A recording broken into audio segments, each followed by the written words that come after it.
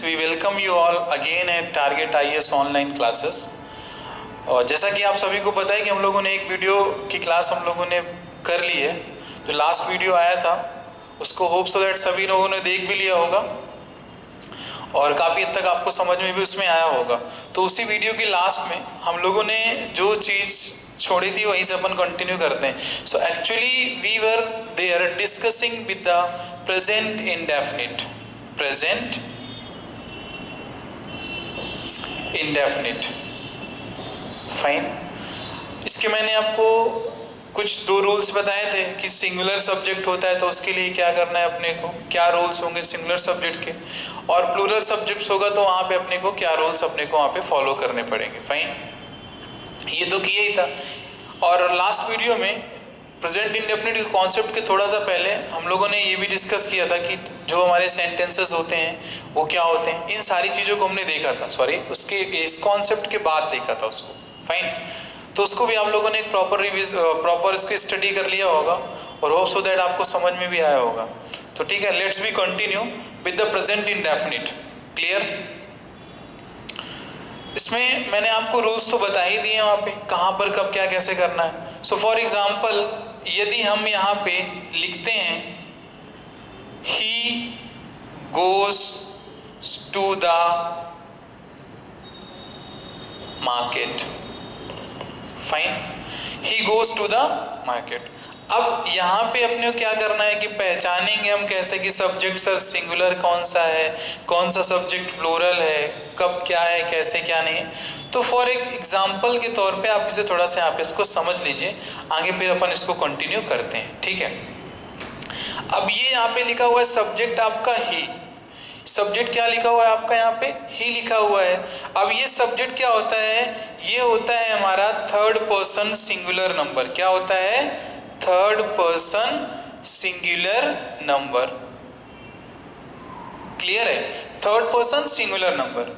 अब third person singular number आपको यदि वो रूल याद हो जो मैंने बोला था पिछली क्लास में, यदि हम लोग मेन वर्ब के साथ यस और ईएस लगाएंगे तो हमारी वर्ब क्या बन जाती है, वर्ब भी हमारी बनती है सिंगुलर। क्या बन जाती है? सिंगुलर।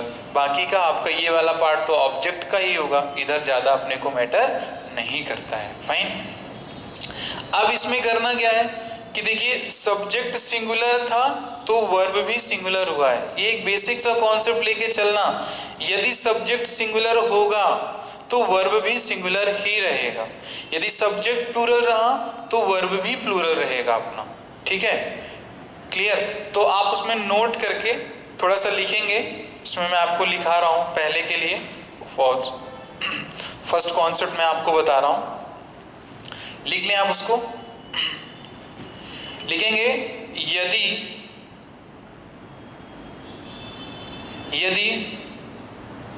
सब्जेक्ट सिंगुलर हो तो मेन वर्ब के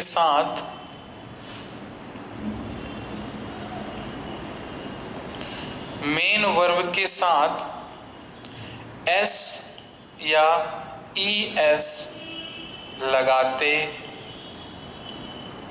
हैं। ठीक है, यदि सब्जेक्ट सिंगुलर हो तो मेन वर्ब के साथ एस या ईएस लगाते हैं। वहीं पर आगे इसको कंटिन्यू करते हम लिखेंगे सिंगुलर सब्जेक्ट के साथ हेल्पिंग वर्ब डज का यूज किया जाता है। लिख लीजिए इसको वहां पे, यदि सब्जेक्ट सिंगुलर हो तो मेन वर्ब के साथ एस और ईएस लगाते हैं और हेल्पिंग वर्ब डज का यूज किया जाता है। ठीक है, दूसरा लिखेंगे हम लोग, लिखिए यदि सब्जेक्ट अब सिंगुलर ना होके यदि सब्जेक्ट प्लूरल हो, यदि सब्जेक्ट प्लूरल है, यदि सब्जेक्ट प्लूरल हो तो मेन वर्ब की फर्स्ट फॉर्म का ही यूज किया जाता है। मेन वर्ब की फर्स्ट फॉर्म का यूज होता है एवं हेल्पिंग वर्ब डू का यूज होता है। एवं हेल्पिंग वर्ब डू का यूज होता है, डू का यूज किया जाता है। ठीक है, इसको आपने इतना लिख लिया होगा। ठीक है, अभी इसको हम लोग आते हैं, अब इसके हम लोग बनाएंगे क्या, कुछ इसके जो जितने भी टाइप्स के हमने सेंटेंस लास्ट वीडियो में देखे थे उन सभी प्रकार के सेंटेंसों का एक स्ट्रक्चर बनाएंगे हम। ठीक है, अब यहीं पे यदि मैं आपसे बोलता हूं निगेटिव सेंटेंस, अफर्मेटिव और इंट्रोगेटिव, ये तीन सेंटेंस हैं। सिंगुलर में भी आप लोग अफर्मेटिव पढ़ेंगे, निगेटिव पढ़ेंगे और इंट्रोगेटिव पढ़ेंगे। सेम ऐसे प्लूरल में भी अफर्मेटिव, निगेटिव और इंट्रोगेटिव ही पढ़ेंगे वहां पे। यदि अफर्मेटिव सेंटेंस है, यदि सेंटेंस अफर्मेटिव है तो आप क्या करोगे, सब्जेक्ट प्लस वर्ब की फर्स्ट फॉर्म के साथ एस और ईएस का यूज करोगे आप। ये हो जाएगा अफर्मेटिव के लिए होगा, ये अफर्मेटिव के लिए। वहीं पे निगेटिव की बात यदि हम लोग करते हैं तो निगेटिव के लिए what actually you have to plan and you have to write, that is subject plus does not plus first form of the verb and object. यदि इंट्रोगेटिव हुआ तो इंट्रोगेटिव में आप क्या करेंगे, डज यानी हेल्पिंग वर्ब पहले आएगा, फिर सब्जेक्ट आएगा, देन मेन वर्ब की फर्स्ट फॉर्म आएगी and after that we will write here object. ये किसके लिए होगा, ये तीन के तीनों structure will only follow when we have the subject singular. जब सब्जेक्ट कैसा होगा अपने पास, सिंगुलर सब्जेक्ट के लिए ये तीनों फॉर्मूलाज आपके चलेंगे। क्लियर, इसका आप स्क्रीनशॉट ले लें या इसको आप लिख सकते हैं। अभी हम लोग फर्दर मूव ऑन करेंगे। अभी सब्जेक्ट हमारे पास यदि प्लूरल आ गया तो हम लोग क्या करेंगे। ठीक है, यदि हमारे पास सब्जेक्ट प्लूरल आ गया तो हम लोग उसमें क्या करेंगे। सब्जेक्ट प्लूरल है तो बस एक माइनर चेंज होगा, क्योंकि सिंगुलर सब्जेक्ट होता है तो हम लोग वहां पे डज का यूज करते हैं एज अ हेल्पिंग वर्ब, और यदि सब्जेक्ट प्लूरल होगा तो वहां पे हम लोग as a helping verb do का यूज करते हैं। ठीक है, तो यहाँ पे इसका फॉर्मूला क्या बनेगा आपका, देख लें इसको फॉर्मूले को। अफर्मेटिव सेंटेंस जब रहेगा तो सब्जेक्ट के साथ वर्ब की first form and then object. ठीक है, और निगेटिव में क्या होगा, सब्जेक्ट रहेगा, देन आपका इधर पे रहेगा do not plus main verb की first form and then you will write here object. And an interrogative sentence, then you need to just write here do, I mean to say helping verb, then subject, then main verb की first form रहेगी and after that you need to write object. Actually these two formulas which I just told you separately as a singular and plural, that you just need to just keep in your mind. Fine. और इन जो भी मैंने formulas आपको बताए, जो भी मैंने आपको सिंटेक्स बताए हैं, that you have to always remember if you really just want to get the concept and wants to complete and just solve the many examples. Fine, ये होगा। इसको आप इसका एक स्क्रीनशॉट लेके आप इसको अपनी डेटाबेस में कुछ को कीप करें आप। फाइन,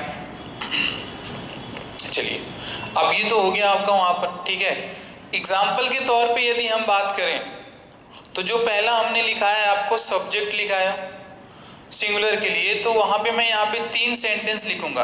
अभी देखें यदि सब्जेक्ट सिंगुलर है तो अफर्मेटिव सेंटेंस कैसे राइट करोगे, निगेटिव कैसे करोगे और इंट्रोगेटिव कैसे करोगे। ठीक है, simple 1 sentence I will write here affirmative, same उसी सेंटेंस का अपन निगेटिव बनाएंगे और उसी सेंटेंस का अपन क्या करेंगे, इंट्रोगेटिव बनाएंगे। तो we have the sentence Sita sings a song, fine, क्योंकि यूजुअली वी स्टडी दैट ना कि Sita sing a song, Sita गाना गाती है, उसी को लिखते हैं अपन वहां पे।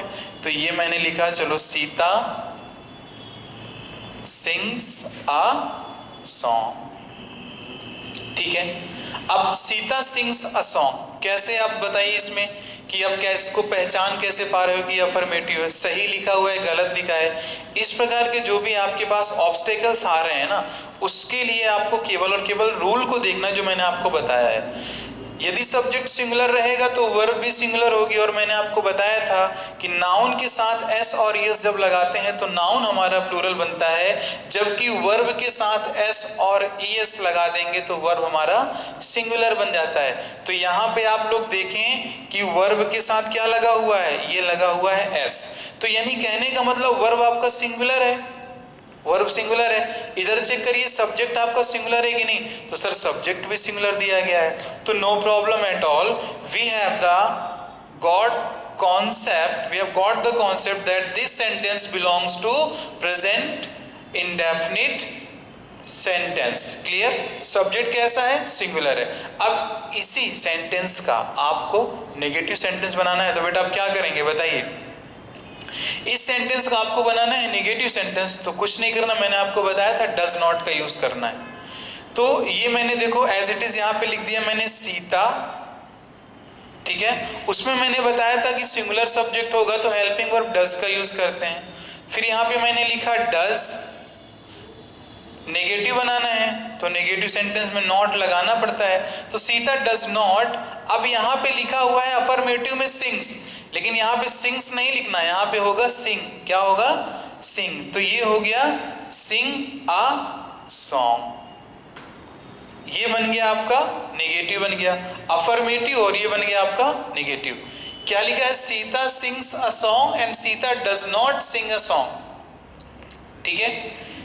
अब आप यहाँ पे सोचोगे कि सर यहाँ पे आपने लिखा है सिंग्स और यहाँ पे लिखा है सिंग, तो सर ऐसा क्यों कर दिया आप वहां पर। ऐसा इसलिए कर दिए सर यहाँ पे, क्योंकि यहाँ पे क्या होता है कि जो ये एस लगा हुआ है ना, ये आपका बताता है हेल्पिंग वर्ब को। क्या बताता है, हेल्पिंग वर्ब को बताता है। और इस सेंटेंस में कहीं पर भी आपने हेल्पिंग वर्ब का यूज नहीं कर रखा है एज ए इंडिविजुअल, मतलब कहीं पर भी डज लगा है क्या, नहीं लगा है, लेकिन इसमें डज लगा हुआ है। तो इसको याद रखना है, जब कभी भी आप डज का यूज करते हो, whenever you are using the does on that time you do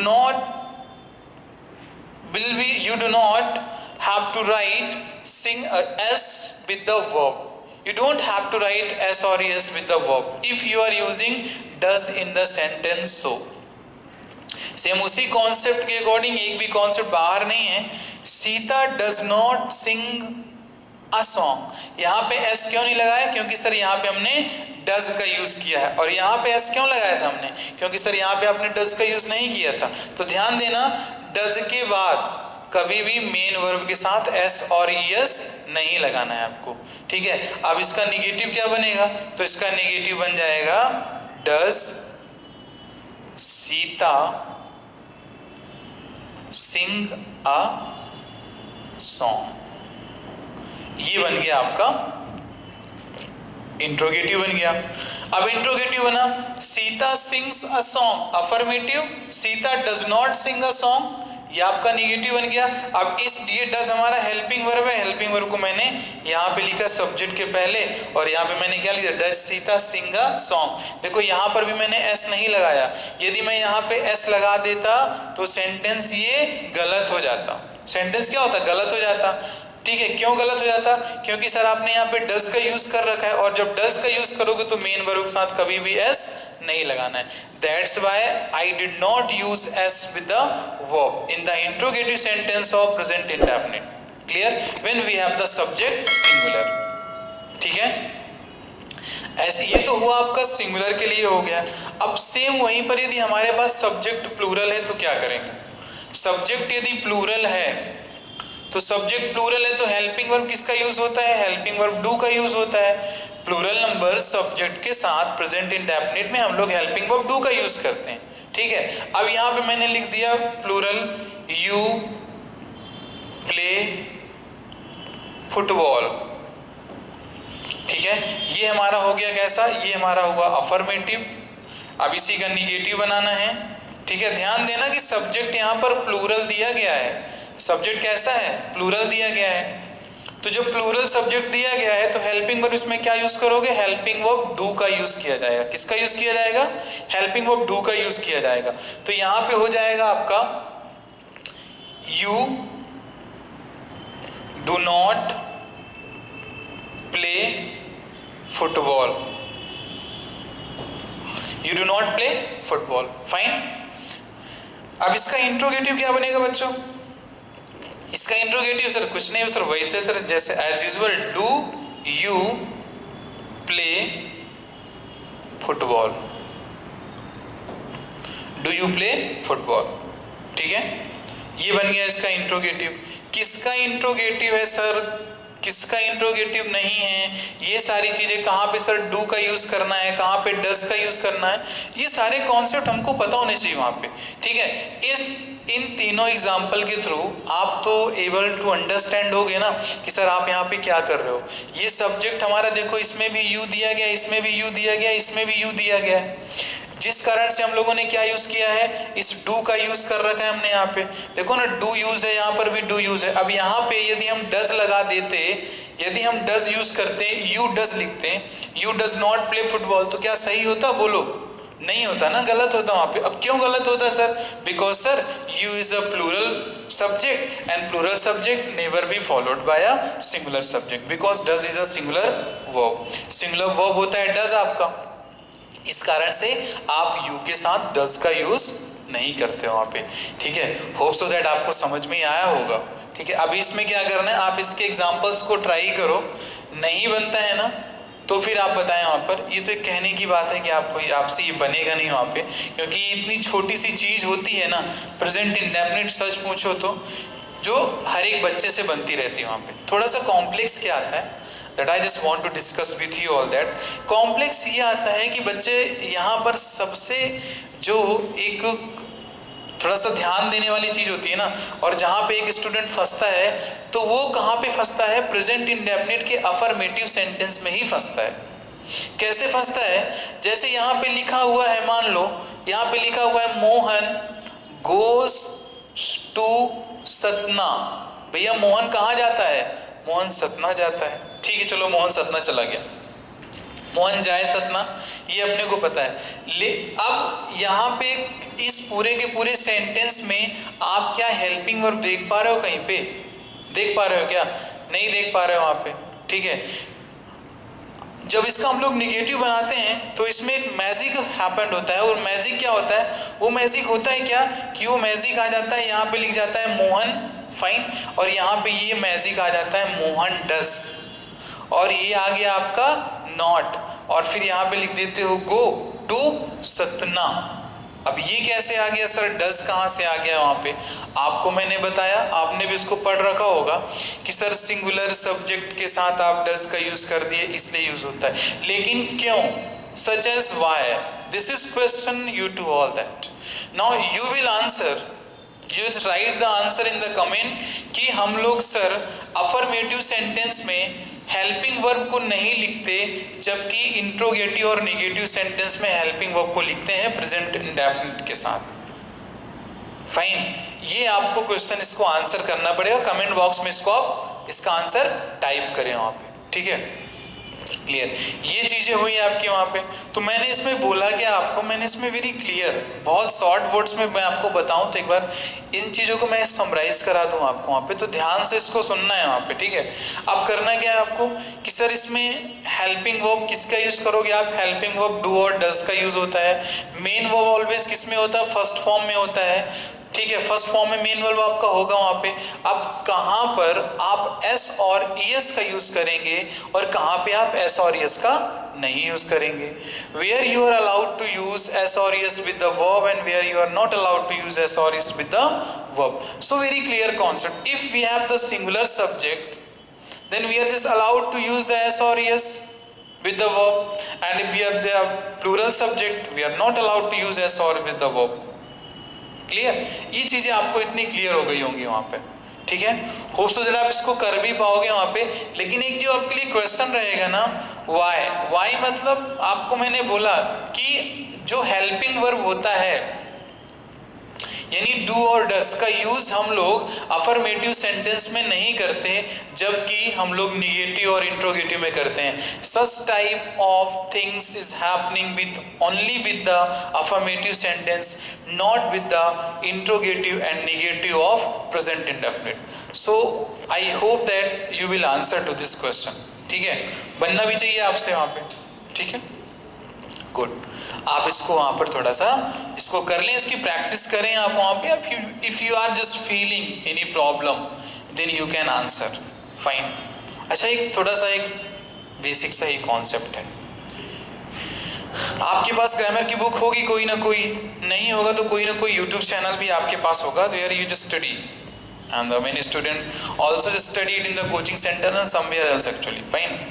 Actually I will not say to those students, to those I just taught in the class, fine. ये क्वेश्चन उठता है कि present indefinite, clear, और कहीं कहीं पे लिखा होता है प्रेजेंट सिंपल। क्या होता है दोनों के बीच में डिफरेंस आखिरकार, ये होता क्या है?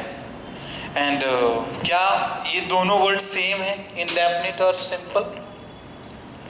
आप इसको कह सकते हैं क्या कि सर प्रेजेंट इंडेफिनिट जो होता है सर वही प्रेजेंट सिंपल होता है क्या? आप इसको कह सकते हैं। ठीक है, आप इसे सोचो, just think and answer.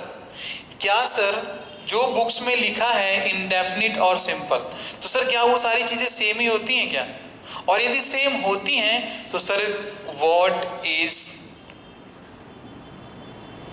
present definite sentence? This is question also for you.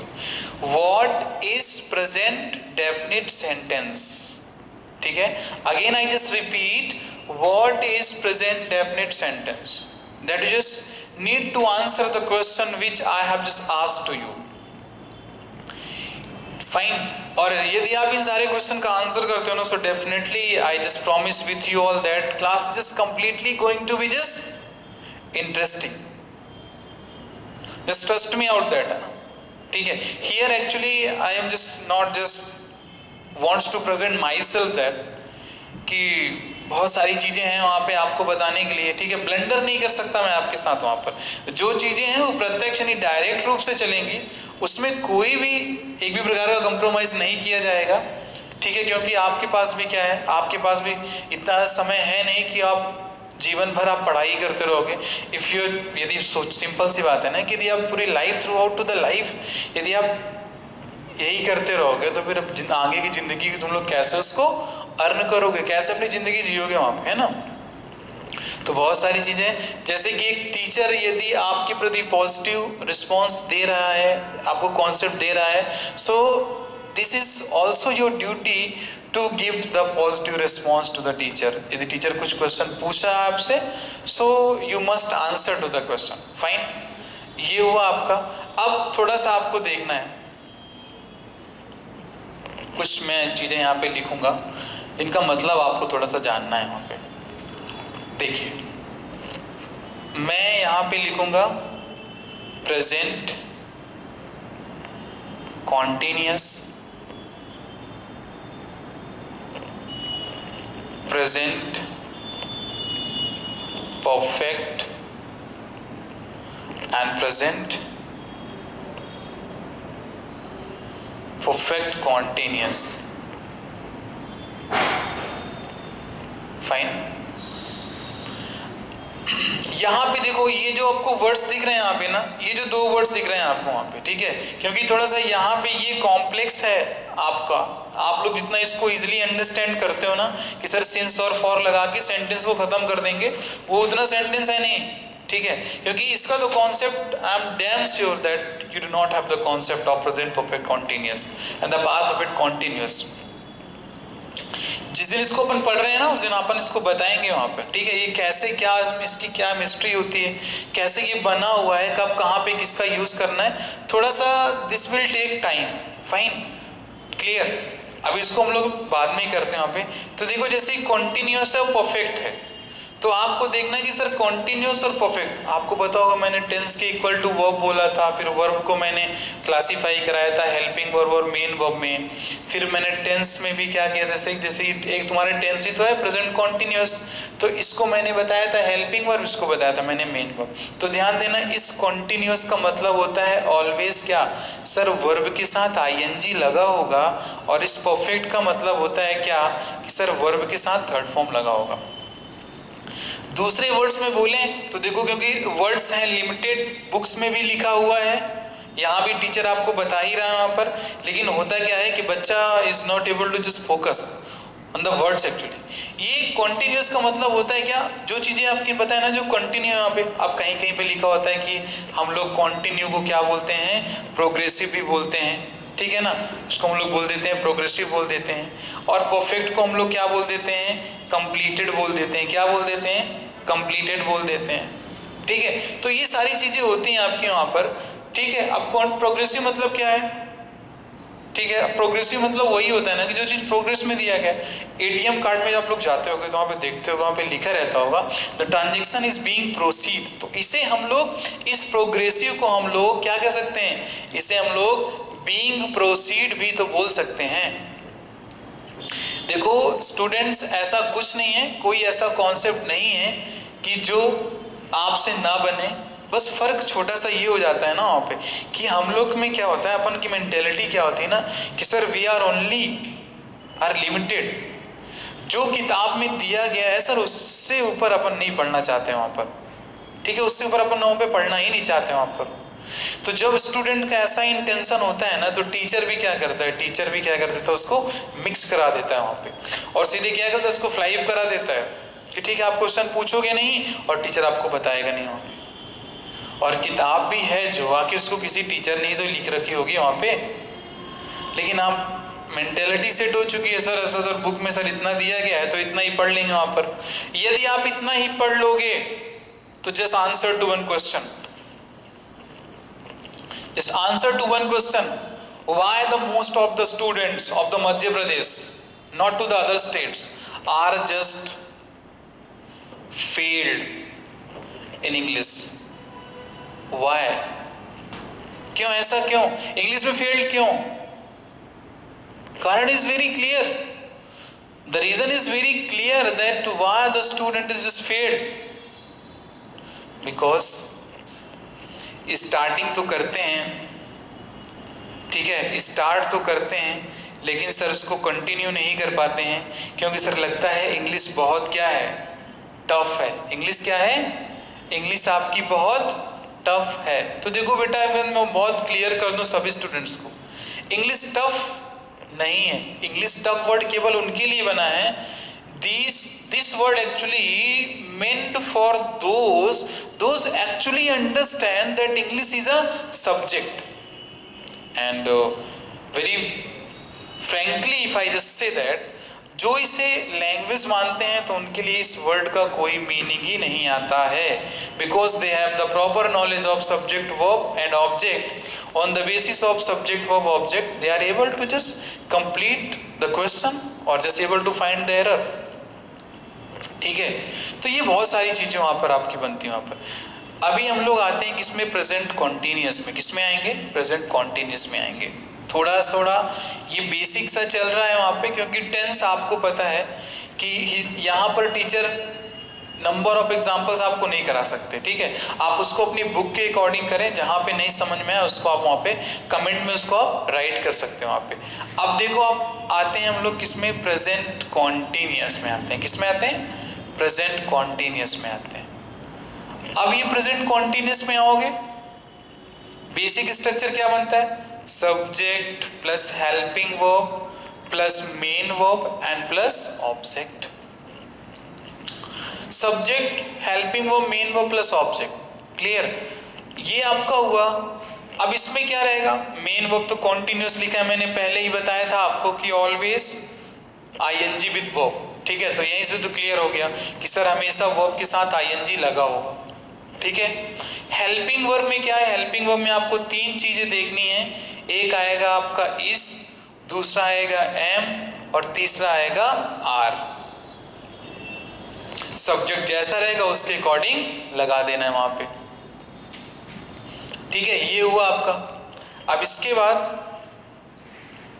थोड़ा सा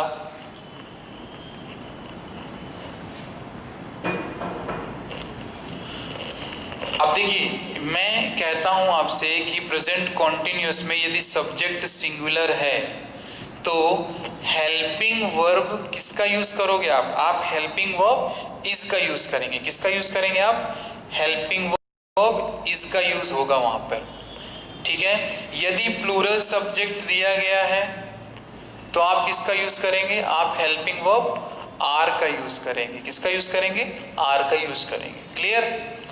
बस केवल एक आपका थोड़ा सा इसमें क्या है, अपवाद इसको ले सकते हैं कि ज़्यादातर स्टूडेंट्स के पास क्वेरी होती है कि सर आई हमारा सिंगुलर है कि प्लूरल है, तो मैं उनको भी सारी चीज़ें क्लियर कर दूंगा।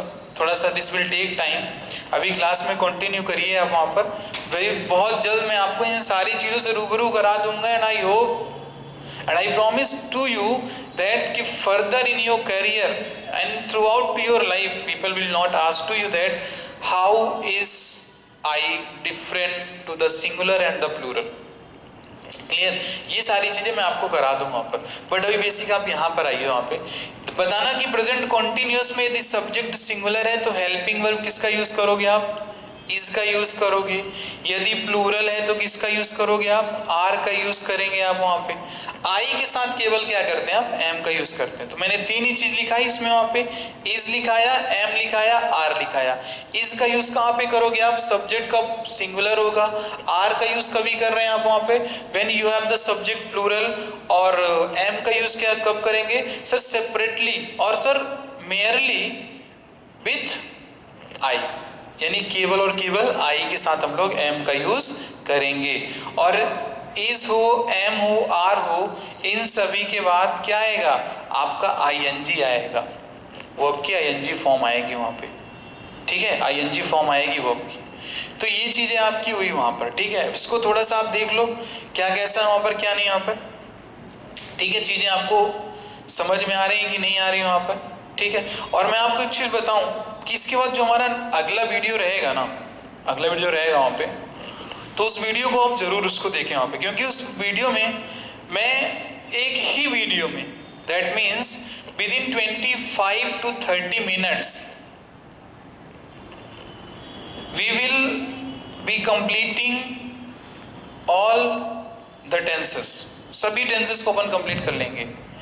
और ये तो सब ठीक ही है, आप सोचोगे कि सर कैसे उसको आप करोगे 25 से 30 मिनट में, तो 25 से 30 मिनट बहुत हो जाएंगे वहाँ पे, क्योंकि उसमें अपन केवल एक बॉक्स ड्रॉ करेंगे, उस बॉक्स के थ्रू हम लोग टेंस को पूरा खत्म कर जाएंगे। अभी जो पढ़ रहे हैं आप ना वहाँ पे, तो आपको माना कि चीज़ें बहुत बच्चों को क्लियर हो रही होंगी, बहुत से बच्चों को क्लियर नहीं हो पा रही होंगी वहाँ पे, ठीक है। So nothing to worry, you have to be just patience, ठीक है। You have to just keep your patience and just watch the video। Starting पे ही मैंने आपसे प्रॉमिस कर रखा है कि इस क्लास को यदि आप रेगुलरली अटेंड कर रहे हो, hope so that and just God must know that कि आपसे एक भी क्वेश्चन आपके एग्जाम का बाहर नहीं जाएगा।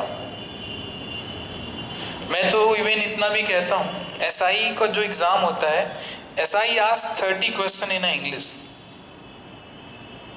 and the peerage is frequent। frankly if I say you will get 24 out of 30। चीजें थोड़ा सा ऑड लगती हैं ऐसा बोलने में, है ना।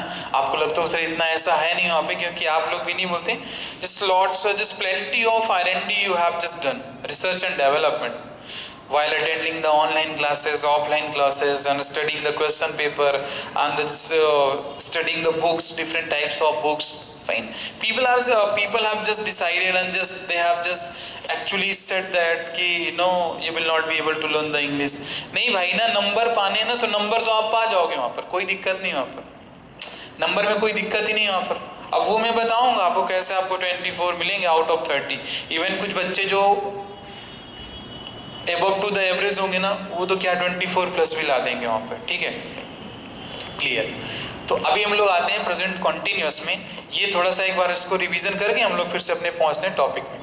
सिंगुलर प्लूरल होगा तो यदि प्रेजेंट कॉन्टिन्यूअस है तो सिंगुलर हुआ तो सब्जेक्ट सिंगुलर हुआ तो हम लोग हेल्पिंग वर्ब इज का यूज करेंगे, प्लूरल सब्जेक्ट के साथ हेल्पिंग वर्ब आर का यूज करेंगे और आई के साथ हम लोग एम का यूज करेंगे। सिंगुलर तो पता ही होगा, नाउन बिना एस और एस के और ही सी के साथ इज का यूज होगा। नाउन के साथ यदि एस और एस लगा है और वी यू दे भी लिखा हुआ है तो किसका यूज होगा, आर का होगा। केवल आई के साथ क्या लगेगा, आई के साथ एम का यूज होगा वहां पर आपके ही बेटरमेंट के लिए। चलो ठीक है, मैं लिख ही देता हूं, है ना, आपको दिक्कत ना जाए। यहाँ पे मैंने ये लिख दिया, देखो ये हो गए आपके सिंगुलर और दे आर प्लूरल, ये प्लूरल्स हो गए आपके, ठीक है। अब सिंगुलर में यहाँ पे जैसे मैंने लिख दिया बॉय, तो बॉय के साथ इज लगेगा, ये सही है, ठीक है। फिर मैंने लिख दिया ही, तो ही के साथ क्या लगेगा, इज, ये सही है। और सी लिखा हुआ है, सी के साथ भी क्या लगेगा, इज, ये भी सही है, ठीक है। इज लगेगा वो भी सही है आपका, ठीक है। इसको थोड़ा सा ध्यान दें आप, क्लियर। अभी हम लोग यदि आते हैं प्लूरल की तरफ, हम लोग आते हैं। यहाँ पे मैंने क्या लिखा है, बॉय, नाउन के साथ एस नहीं लगा हुआ है।